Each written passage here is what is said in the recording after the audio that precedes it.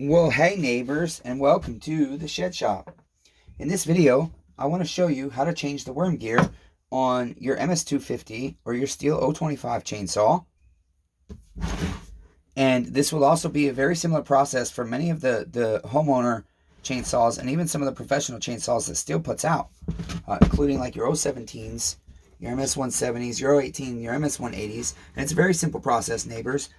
You simply remove your retaining clip by taking your scrunch or a screwdriver and carefully prying it off of your crankshaft.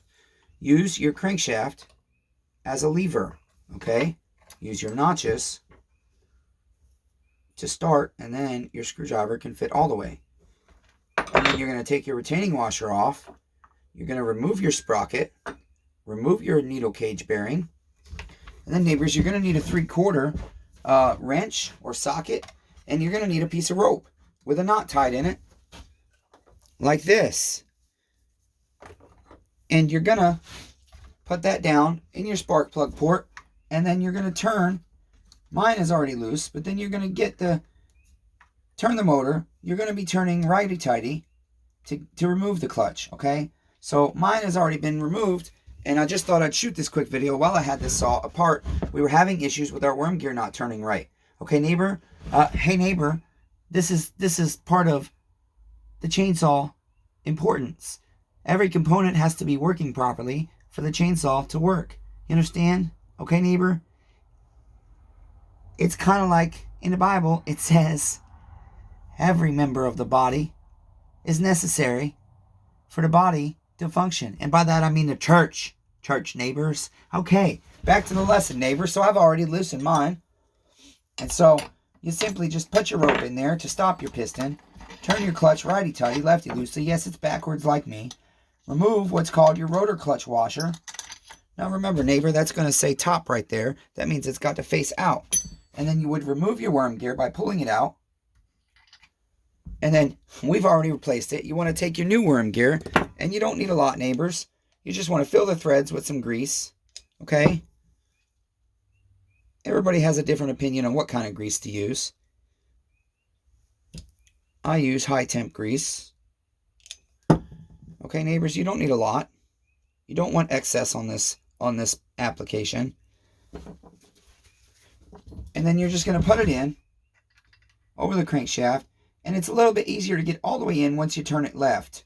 Okay? And then once it's in, you want to hold it tight down there, and you want to spin it several times, neighbors. Okay? And see all that grease coming off? That's okay, neighbors. Watch what we're going to do with that. We're just going to take that grease and put it on our gear. That's all. Okay, neighbors? It's not hard. See? And we want to spin it a few times and make sure our gears are spinning together evenly, flush, and that nothing is getting too tight, because this can act like screwing down a bolt. It will get tight. It will screw together. Now that I'm comfortable, after spinning several times, and you have to hold it in, neighbors, against everything, because otherwise it will start to unthread and come out. We don't want that. Then we'll think it's spinning okay, but it's not, because it's not installed properly. That would mean that member is only working halfway. That member of the chainsaw, neighbors. Okay, now we reinstall our rotor clutch washer. Remember, neighbors, top is facing out, top toward you. Okay, neighbors? And then we're going to take our clutch, lefty, remember, neighbors, left threaded the clutch, okay? And then we're going to take our wrench while our piston stop is still in our rope, and we're going to turn this until our piston hits our rope again. Okay, neighbors, it's not hard. You can do this. You don't have to pay me, neighbors. But hey, neighbors, if you're too busy to work on your stuff, the Shed Shop wants to have it. Okay, neighbors, we'll work on it for you. I'm just busy. That's all, neighbors. Okay, and then we're going to tighten this. I need a little bit longer scrunch. That's a Husqvarna scrunch. We're just going to tighten this. Remember, it's German, so guten tight.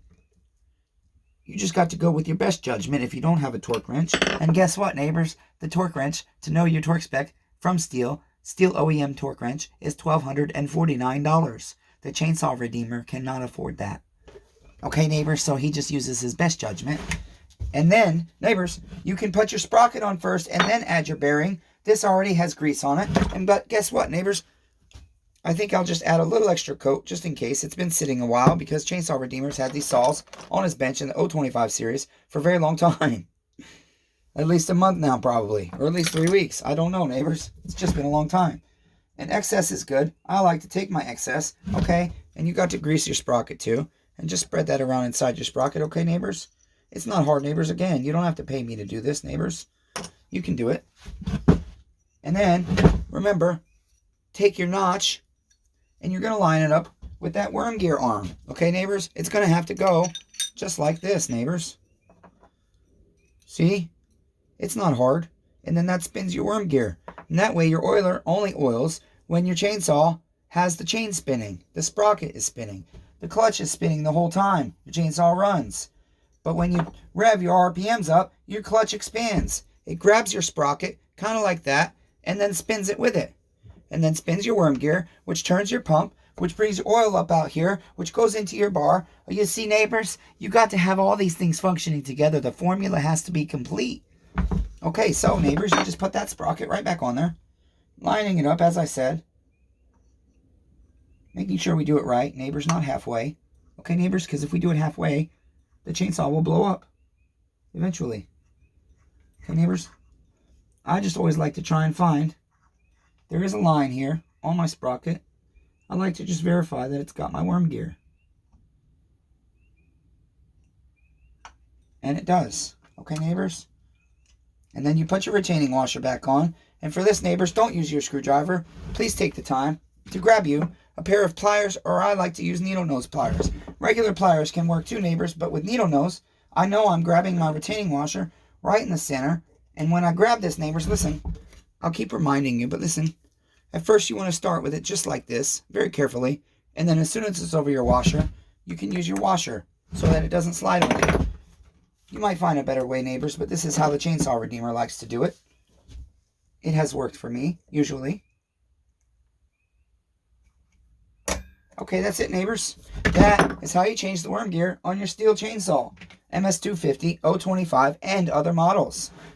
Thank you for joining us. And hey, neighbors, if this helped you, I'd really appreciate it if you'd like this video with a thumbs up. Subscribe to the channel if you haven't already.